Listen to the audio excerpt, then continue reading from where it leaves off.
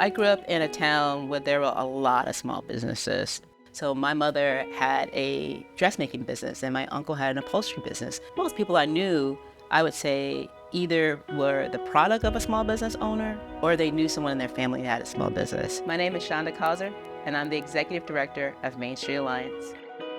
When I think about the state of small business today, most small businesses don't last within the first 5 years. If you get past that point, you have a better shot of enduring. But if you go back for generations ago, businesses would be in communities for 30, 40 years. You can count on that business to be there. My background as an organizer working in a variety of communities has informed my worldview, mostly my national view, of what it's like for people of color in particular, Latinos, Asian, Black, you name it.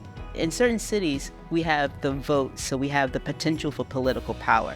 But we oftentimes don't connect that we also need the economic power to actually lift everyone up. If we were able to make the connections between political power and economic power, we can improve our access to education, our access to healthcare, and we can really inform what happens in our local community in a more strategic way. Oftentimes we say employer versus worker, and we gotta stop that, especially for true small business owners. It's employee and employer. Because when we are able to organize, we can see benefits that uplift our full community. Because as an employer and a small business owner and a working mom, I firsthand would benefit from paid leave. I firsthand would benefit from childcare investments. I firsthand would benefit from retirement investments.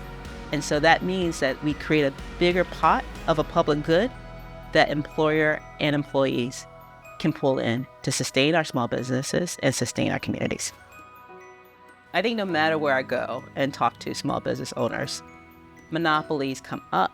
And when you think about monopolies like Amazon, big tech, these big box stores. And so when they come into the community that has been gutted out from its resources, from the small businesses couldn't sustain themselves, people get excited. Before we sign off and get excited for that tax deal that's only going to serve that corporation, what can we be doing to support more variety of stores, more local innovation versus giving more money to the machine? Concentrated corporate power is disrupting the social fabric of local small businesses. I think what's really exciting in this moment that we are in right now is that workers are putting pressure on corporations to make key changes so that they have a living wage and that they have greater power. And now is the time for small business owners, in particular true small business owners, to align with those workers and those strategies to also say, hey, small business owners, let's come together. Let's think about strategies in our community that we can put pressures on elected leaders to make policy that no longer advantages corporations, but give a more advantage to true small businesses. For the last couple of years under my leadership, we've been investigating, taking little actions and thinking through strategies that we can take big wins on.